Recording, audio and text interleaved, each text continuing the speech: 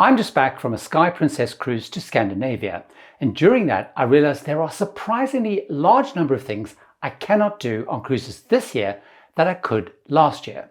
For example, as on last year's Princess cruise, I bought the Princess Plus package. Now, while it still includes a drinks package, unlike last year, this year they've now excluded canned sodas from that package.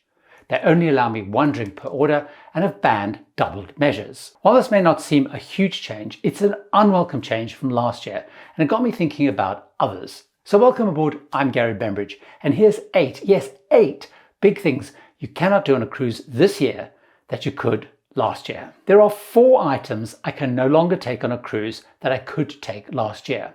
First, many lines, luckily for me not Princess yet, have banned Bluetooth speakers. Now, I love listening to my own music in my cabin, and I always bring this one along with me. But on some lines like Carnival, they're now banned and confiscated at check-in, while Royal Caribbean have banned them from their private islands like Perfect Day at Coco Cay. Secondly, this year, many lines have banned more extension cords and more plug types than ever before. For example, now if I go on a Royal Caribbean cruise, this year I can only take extension cords or plugs that only take USB or USB-C cords. They've banned any extension cords and plugs that allow me to plug actual electric plugs into them.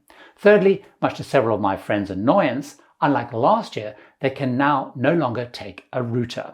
They used to take these to create Wi-Fi hotspots in their cabin so they could have multiple devices to connect to a hotspot and only buy one Wi-Fi package. They report that this year on Royal Caribbean and Carnival cruises, they've had routers confiscated at check-in. The fourth is related but a little offbeat. Last year, some passengers did take one, but this year they cannot, and that's their personal Starlink device. It all blew up when a YouTuber called Richard Shillington of No Pants Profit Channel took one on a Carnival Miracle cruise to avoid buying an expensive Wi-Fi package.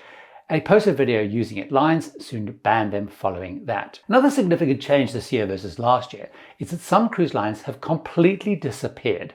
And so this year you cannot cruise on them any longer. One major one is P&O Cruises Australia, which has been closed and integrated into Carnival Cruise Line. After sailing for about 90 years, P&O Cruises Australia is no more. Their Pacific Adventure and Pacific Encounter underwent some changes and they were rebranded as Carnival ships, while the Pacific Explorer was sold to Resort World Cruises and renamed Star Voyager.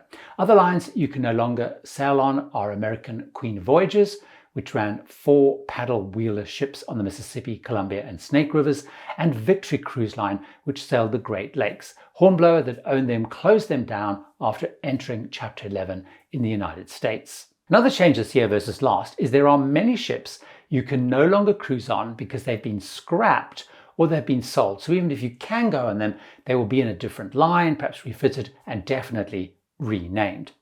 3 of those American Queen Voyage ships, Duchess, Queen, and Countess, were scrapped, so they can no longer be sailed on at all. The Greek-based line's Celestial Olympia was scrapped this year as well.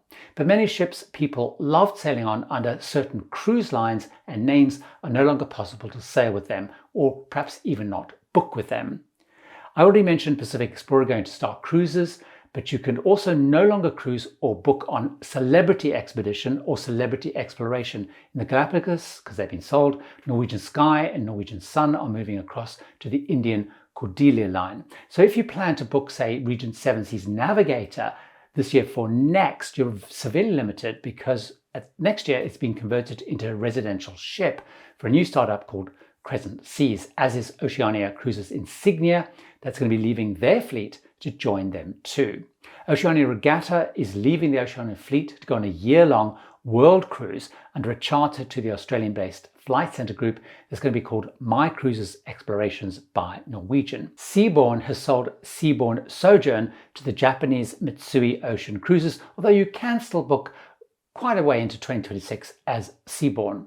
Costa Fortuna is leaving their fleet and has been sold to Margaritaville at Sea.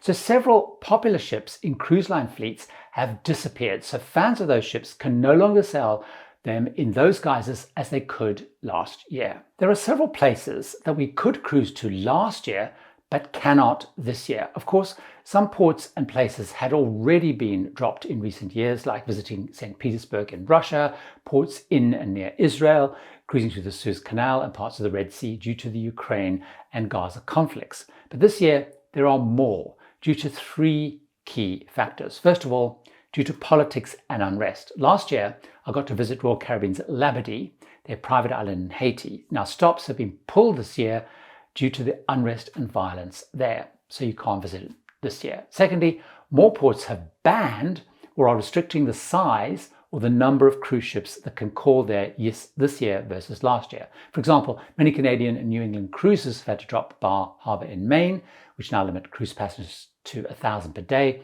And Belfast, also in Maine, have limits on the amount of cruise passengers that can call there. In Europe, some changes.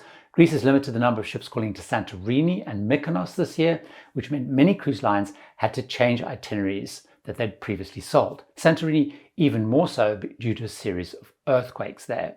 Elsewhere in Europe, while Venice still restricts orbit small ships, making larger ships go to Trieste or Ravenna, well over an hour away, and Dubrovnik still limits ships, meaning most itineraries now go to Split. This year, the Balearic Islands have reduced our options even further. Only 2 ships are allowed to dock in Ibiza, and Palma has restricted calls to 3 vessels. But for next year are also reducing the size of ships that can go, meaning if booking trips this year for next, we're going to have fewer options for that port. There are also fewer Bruges port calls this year because Zeebrugge, the port for Bruges, reduced the number of cruise ships docking from 5 down to 2. This year, Isafjordur, the 3rd largest Iceland cruise port after Reykjavik and Akureyri, has limited the number of cruise passengers to 5,000 a day, meaning lines have had to drop that port. So this year, fewer Iceland cruises can go there than last year. Svalbard has also now only allows ships with 200 guests maximum, which has meant many fewer cruises going there this year. Now, the third area that, while not yet stopping lines calling on them this year, raises issues about what we should do or can do once we're there. There are raised travel advisories due to unrest, crime, or terrorist threats. This year, for example, at the time of recording, the United States Department have raised a few well-known cruise ports to a level 3, which means they recommend reconsidering travel there. These include several cruise ports, some exotic like Papua New Guinea, but also includes many popular Caribbean ports including Jamaica, Honduras, Guatemala, Colombia, Trinidad and Tobago, and then a little bit further afield, Egypt. Cruise lines are still calling on these this year, but versus last year, many are suggesting we should be more cautious about what we do in those ports. Another big change versus last year is it's now impossible to visit some parts and ports around the world without getting and paying for an electronic travel authorization, or ETA as they're more commonly called. Last year, some were of course already in place and required, like visitors to the United States had to get a USA ESTA, travelers visiting Canada, Australia and New Zealand had to get those countries' equivalent ETAs before traveling. But this year, more countries, including the UK and South Korea, have introduced them. Europe was due to introduce their ETA called ETIAS, but that's been delayed into 2026. They are, though, introducing a more onerous entry system this year, the EES, the European Entry-Exit System, which is expected to significantly slow down entering Europe if flying in to join a cruise, because they now need to take our photograph and our fingerprints on our first entry. On other trips this year, I've also found new requirements to enter some countries that I didn't have last year. For example, in Japan, there's now an app to speed up and complete customs requirements. To send to the Philippines, I had to do an online entry and exit authorization on an app to get a QR code to show to immigration. All of this changes constantly, so it's really important to check with your local government travel advisory site before cruising to see if any ETAs or digital entry requirements are in place. So things like the United States State Department travel advisory site, the UK Foreign Office travel advice site. That particular site has saved me on a couple of travels this year, for example, knowing about the Philippines change. So always do check. Another thing that's changed this year is additional costs when visiting some ports and places who have introduced new fees. One of the most publicized is the city of Venice. So after a test last year, they've now introduced a day tripper entry fee, which applies to cruise passengers. So if you go on a cruise line excursion to Venice, it's usually included in the cost of that excursion, increasing the price this year. However, if you're heading into Venice to explore on your own on a cruise stop, you must pay this Venice entry tax. It applies to everyone over the age of 14. It costs €5 if you pay at least 4 days before arrival and €10 if paid less than 3 days in advance. But do check if it applies to your dates because, confusingly, it's only due for 54 days on different periods in April, May, June and July. Constantly changing, so keep checking. Other countries have introduced specific charges on cruise passengers this year too, which means the lines are either adding them to our onboard account this year or increasing fares to cover them. These include Iceland, who have introduced a rather hefty 2,500 Icelandic krona, that's about $19 per passenger per day in port. So for a 5-day itinerary, that's going to add to $100 in fees to each person in your party. So this year, some cruise lines like MSC Cruises have actually cut back on stops on planned trips while others are changing their plans. So if you're booking an Iceland cruise for next year, you will see higher fares or perhaps fewer ports. In Europe, Santorini and Mykonos have introduced fees, which are between $15 and $20 in the peak season. And Mexico is also introducing a fee, which is reduced from the original plan of $42 to $5 per passenger this year, but increasing each year. So we're having to pay more this year to go to all of these ports than we did last year. Another key change versus last year is cabin door decorations. The most commented change was when Carnival banned putting upside down pineapple decorations on cabin doors. Upside down pineapples being a sign of a swinger lifestyle. But lost in that discussion was they had stricter guidelines saying that all decorations must be made with fire retardant materials. Norwegian Cruise Line went a step further and actually banned door decorations entirely for safety reasons due to their flammable risk.